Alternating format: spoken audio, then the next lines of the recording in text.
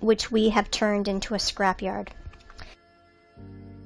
And what I mean by saying scraped out by their machines, well, to be short, while our society was sleeping in this matrix, working 9 to 5 hours a day, doing useless things, dreaming useless dreams, our planet was literally being scraped out, and they are scraping it out now with their giant graders and machines.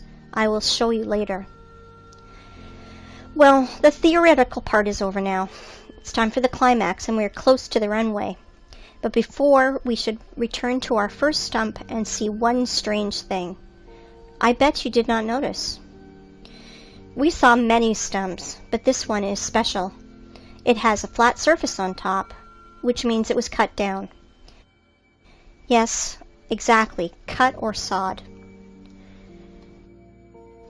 And now our imagination is asking us, who cut it? For what? What did they cut it with? I will answer this question later. We will put these questions in the background because the stump that was cut is not a single one on the planet. I will tell you even more. Devil's Tower is a small one compared to the others. Boys and girls, our aircraft is ready to fly. Of course. Well, we have no course. We will fly around the planet. Fasten your seatbelts and better hold on to the handrails, because everything you will see will overturn your notion of rocks and mountains. Let's go! While we're flying, let's play a game. Find 10 differences. Though, there are only 2 differences: material and size.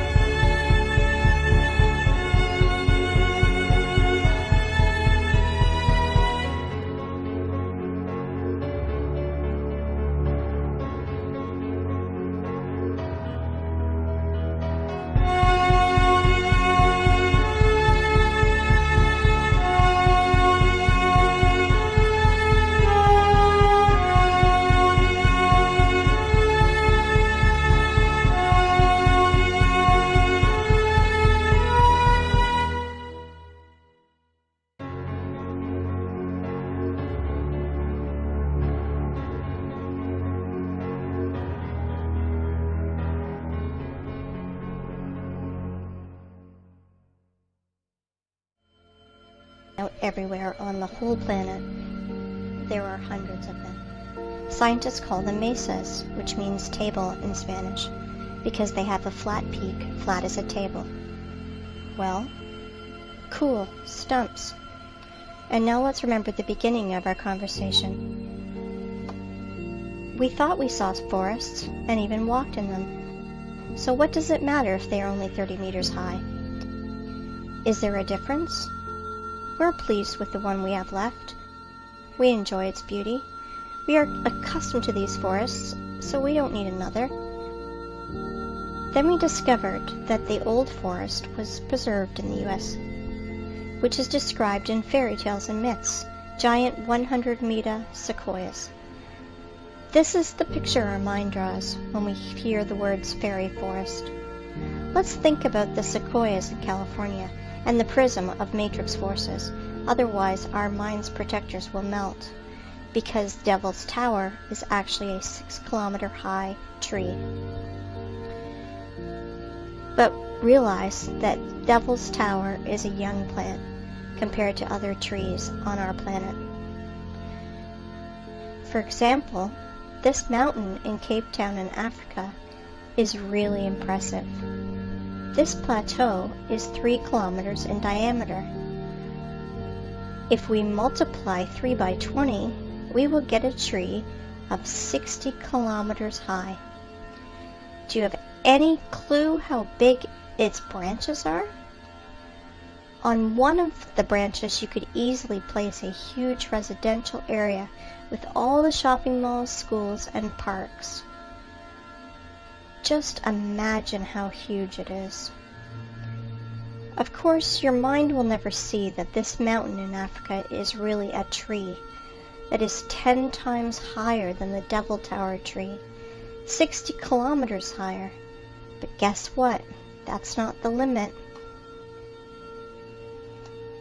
In the work of Russian scientist and poet Alexander Sergeyevich Pushkin, we can read about giant fairy oaks that was on the Bayan Island near Lokomori, and we now believe has been killed by our government.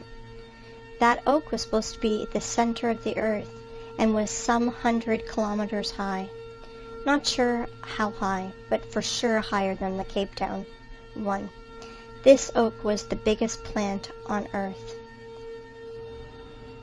Remember in the beginning I mentioned our prism of the mind that helps to preserve it but distorts reality? Ask any person to show you trees on the right photo, and he will immediately put his finger on the green on the ground. Without noticing that it's only pathetic bushes, it looks more like moss in comparison to this size. But definitely not a forest. Now you understand why we can't find 9 dolphins? But do not dwell on fish and stumps. Once again, I urge you to think in planetary sizes. If instead of dolphins and stumps, we see lovers and mountains, imagine what is hidden from us with a curtain. That is why the apocalypse is translated as curtain opening.